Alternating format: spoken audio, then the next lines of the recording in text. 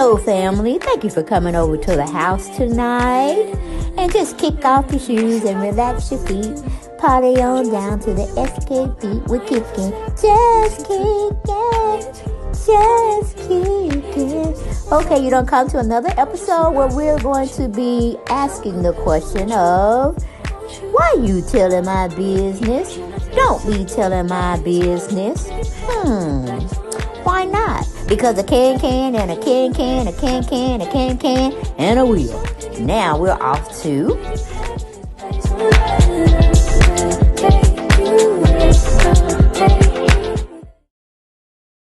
Hello everyone, and welcome back to the channel. Now you know I'm coming on here.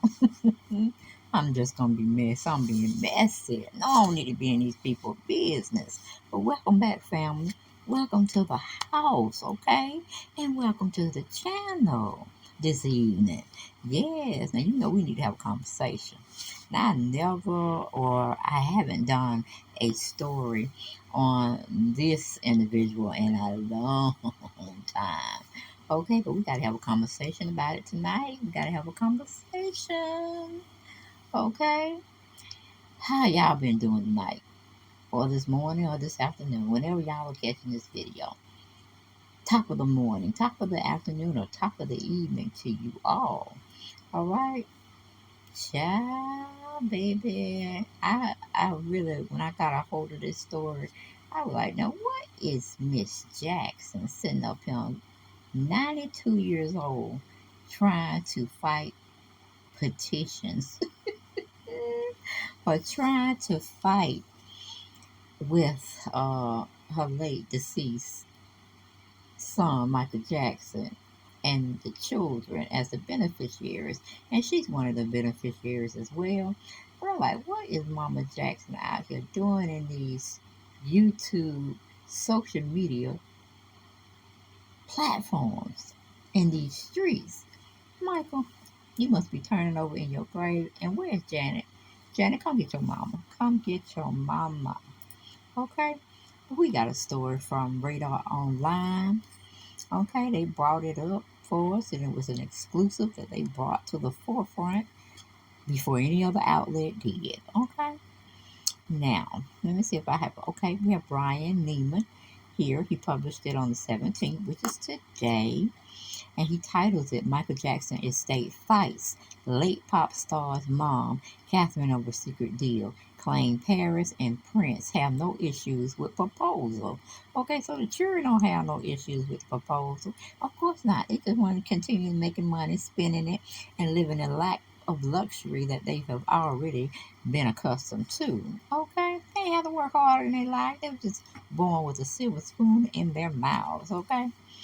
But anyway, the story goes on to say the executors of Michael Jackson's estate went back to court to fight the late pop star's mom, Catherine, over her attempt to shut down a potential lucrative business deal, Radar Online has learned.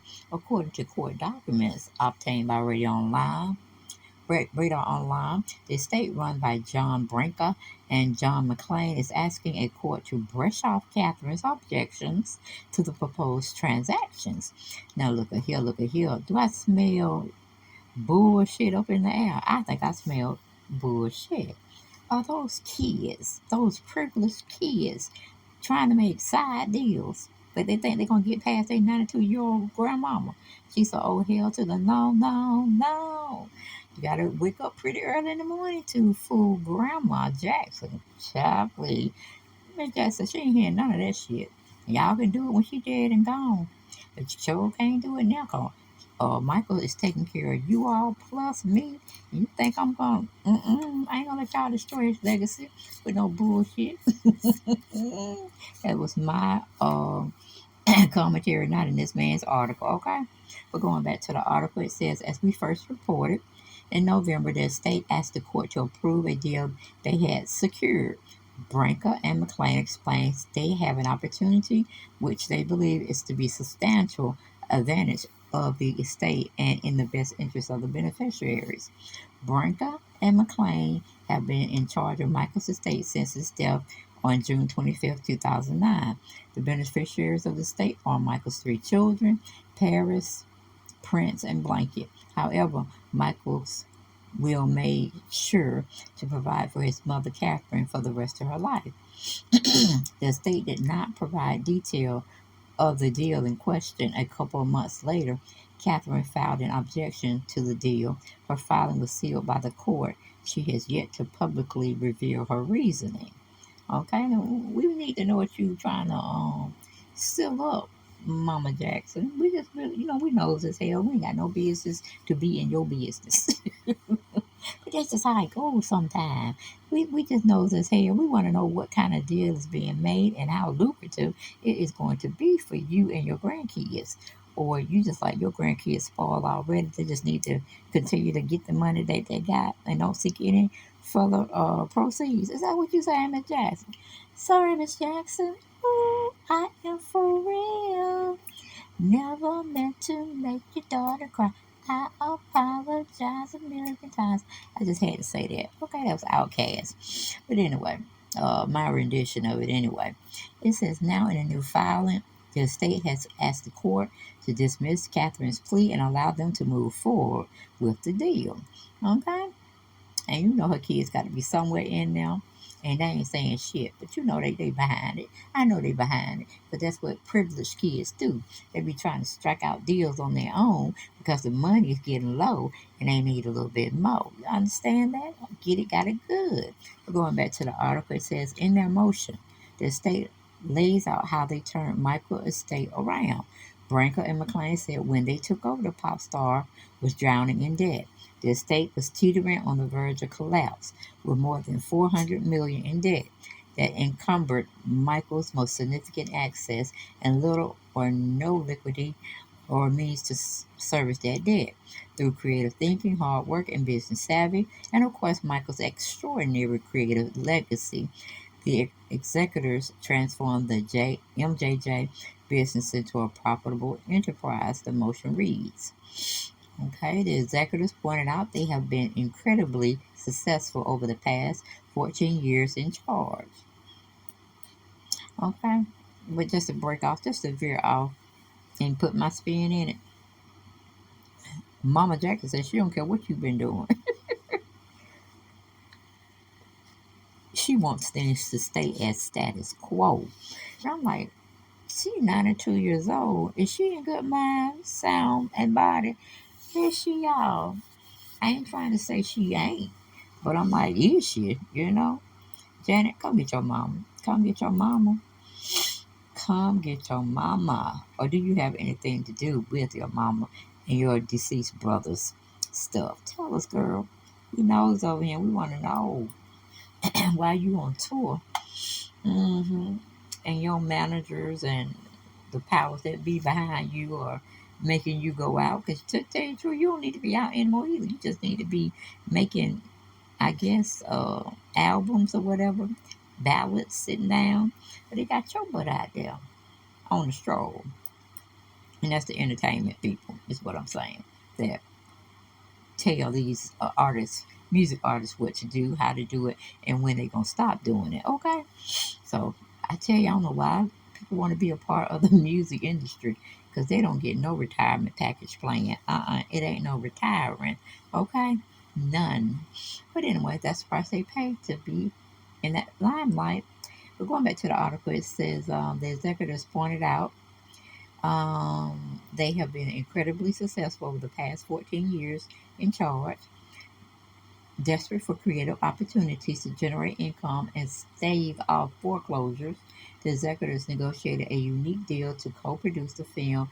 This is it with AEG using rehearsal footage from the farewell tour of the same name that Michael was preparing for when he passed away, the estate said. Okay. Well, let's see, where are we? Okay. Then it goes on to say, they said, despite negotiating extraordinary favorable terms for the estate, Catherine objected to the proposed transaction.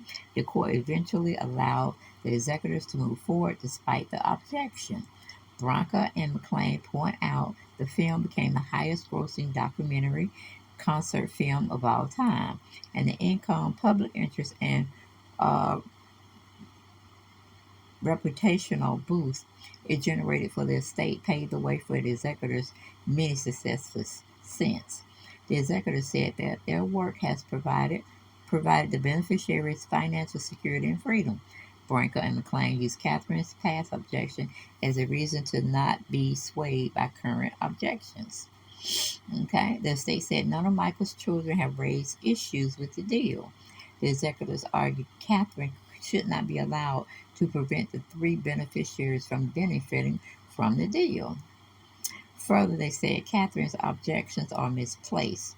The court has yet to rule on the matter.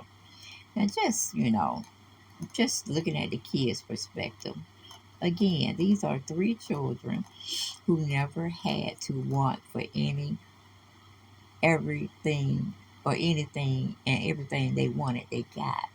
So it would be hard for them to think of being in poverty. You see what I'm knock down the phone, sorry. It would be hard to see them in poverty because they never knew what poverty was about. Now, Michael and his siblings, they knew exactly what poverty was about. Because them jokers stayed in a single dwelling home with only, I think, 2 rooms. So, child, that was a hot mess. But that's how some black families grew up back then. But, Crazy Joe, deceased Joe is what I like to call him.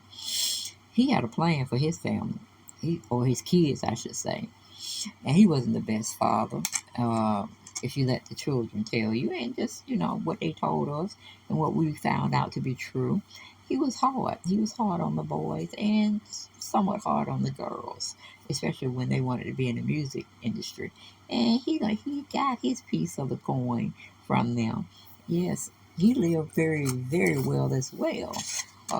When the kids got going and into their careers and paying him back because he made them pay him back, mainly because how you say it, he felt he made them and they owed him to have him live the life of luxury to the bitter end. Okay, it seems like they split it up. Michael took care of the dad, I mean the mom, and Janet took care of the dad because she used to pay his bills when he had a residence in what you call it, Las Vegas, because Catherine wasn't hearing any of that shit about him staying with her, and he out there screwing them there and him, her and her and all them. Okay, you see what I'm saying? Going with it. We don't know what kind of activity he was having with the same sex or the opposite sex or bestiality. We don't know what Joe was doing out there. Okay, we just knew we didn't like Joe, and I don't know how Mama Catherine even hooked up with that Joker. Because he wasn't appealing to the eyes. And some people say I'm not appealing to the eyes. But I'm just giving you what's on my heart. That damn Joe. Boy, I couldn't have grew up with him. I would just say, where are my relatives? I got to go. This man's crazy as hell.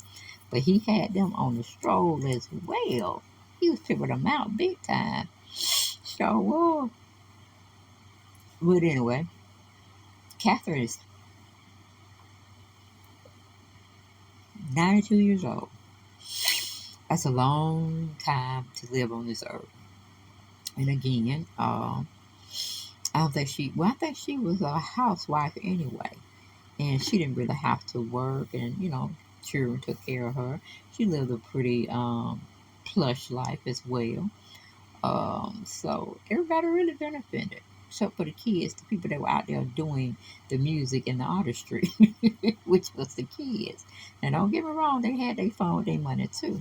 However, some was not as fortunate for the long run, if you get my drift. Everybody, after Michael considered himself to be the king of pop and he started dressing like royalty, then the whole other clan wanted to do some things like that. But not necessarily the girls, but Michael, brothers, they wanted to take on the royal title that they were, princes, uh, kings and all that kind of stuff. And I'm like, no, no, no, no, no. They misunderstood that situation. Michael was the king of pop, not them. But what do y'all think about this story? Get down in those comments. Let me know what y'all felt about the situation. I ain't got no more for this video, so I will see y'all on the next one. But make sure you go to my other channel and subscribe. Subscribe. Bye-bye.